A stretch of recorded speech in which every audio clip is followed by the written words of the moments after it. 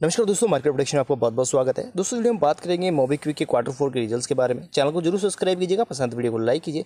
चलिए दोस्तों, यहाँ पे कंपनी के क्वार्टर 4 के रिजल्ट्स के बारे में डिस्कस कर लेते हैं। तो यहाँ पे बात करें सबसे पहले कि कंपनी की तरफ से यहाँ पे क्या अपडेट है। जहाँ पे अगर मैं कंपनी की तरफ से बात करूँ तो कोई डिविडेंड का अनाउंसमेंट है कि नहीं। सो यहाँ पे मोबीक्विक सिस्टम यहाँ पे कंपनी का पूरा नाम है। और अगर आप देखें तो फिलहाल कंपनी की तरफ से यहाँ पे कोई डिविडेंड का अनाउंसमेंट यहाँ पे फिलहाल हमें नहीं देखने को मिल रहा है। अब बात करते हैं दोस्तों कंपनी के क्वार्टर 4 के रिजल्ट्स के ऊपर, जहाँ पे दोस्तों यहाँ पे हम चलते हैं। कंपनी की तरफ से कुछ डिटेल दी हुई है, टोटल करंट असेट्स के बारे में बताया गया है, प्लस यहाँ पे टोटल असेट्स को यहाँ पे पिछले टाइम से इस टाइम का यहाँ पे कंपेयर किया गया, पिछले साल से इस बार। अगर आप थोड़ा सा मैं जूम करके आपको दिखाऊं तो यहाँ पे दोस्तों पिछले साल से इस बार कंपनी की जो टोटल असेट्स है वो बढ़ती हुई देखने को मिल रही है। बात करें यहाँ पे जो अगर आप देखें 8,699 जो कि 13,937 यहाँ पे देखने को मिल रही है, जो कि बढ़ते हुए देखने को मिलती है। अब बात करें दोस्तों यहाँ पे जो कंपनी का अमाउंट है वो मिलियंस में है। सो हम बात करते हैं पहले फिर कंपनी के क्वार्टर 4 रिजल्ट्स के बारे में। तो अभी हम थोड़ा सा मैं जूम कर लेता हूँ। अमाउंट जो दोस्तों मिलियंस में है, तो हम बात करेंगे यहाँ पे करोड़ रुपीज़ में। पिछले साल से इस साल कितना डिफरेंस हमें क्वार्टरली देखने को मिलता है रिजल्ट्स के ऊपर। तो टोटल इनकम की बात करें दोस्तों, यहाँ पे अगर बात करें पिछले साल का जो टोटल इनकम था कंपनी का, वो दोस्तों 270 करोड़ था, जो कि बढ़कर हो गया दोस्तों 289 करोड़।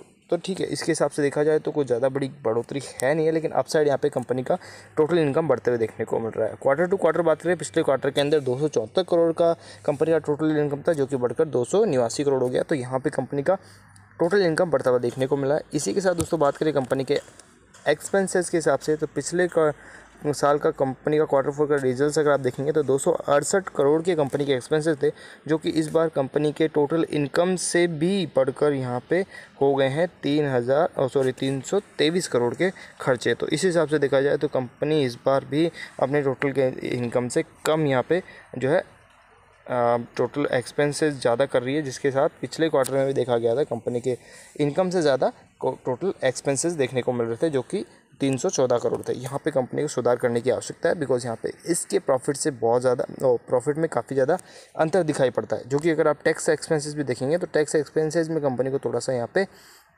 छूट दी हुई है, जहाँ पे पिछले क्वार्टर में कंपनी को 10 करोड़ के आसपास टैक्स देखने को मिल रहे थे, 1 करोड़ के आसपास टैक्स देखने को मिले थे। अभी अब बात करते हैं दोस्तों कंपनी के फाइनली प्रॉफिट के ऊपर, जो प्रॉफिट नहीं ऑलरेडी आप नुकसान में ही देखने को मिल रहा है। बिकॉज यहाँ पे अगर मैं थोड़ा सा ऊपर लेके चलूँ आपको, तो कंपनी को ऑलमोस्ट पिछले साल से अगर अर्निंग बिफोर फाइनेंस कॉस्ट देखेंगे तो 437 करोड़ का कंपनी को जो है टोटल कॉस्ट यहाँ पे देखने को मिल रही है, जो कि कंपनी के प्रॉफिट को और माइनस को और बढ़ाती है। जो कि अगर आप देखेंगे तो कंपनी का टोटल जो प्रॉफिट है वो पिछले साल का माइनस में 44 करोड़ था, जो कि 4 करोड़ था, जो कि इस बार बढ़कर 55 करोड़ हो गया है माइनस में।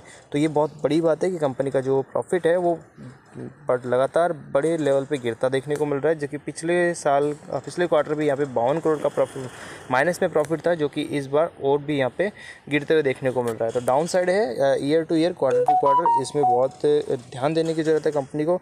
अर्निंग पर शेयर की बात कर लेते हैं, वो भी यहाँ पे माइनस में है, 2 रुपये प्रति शेयर बेस वैल्यू के हिसाब से। पिछले साल 0.86 पे माइनस देखने को मिला था, इस बार -8.83 यहाँ पे बढ़ गया है, जो कि पिछले क्वार्टर के हिसाब से थोड़ा सा हल्का सा नीचे है।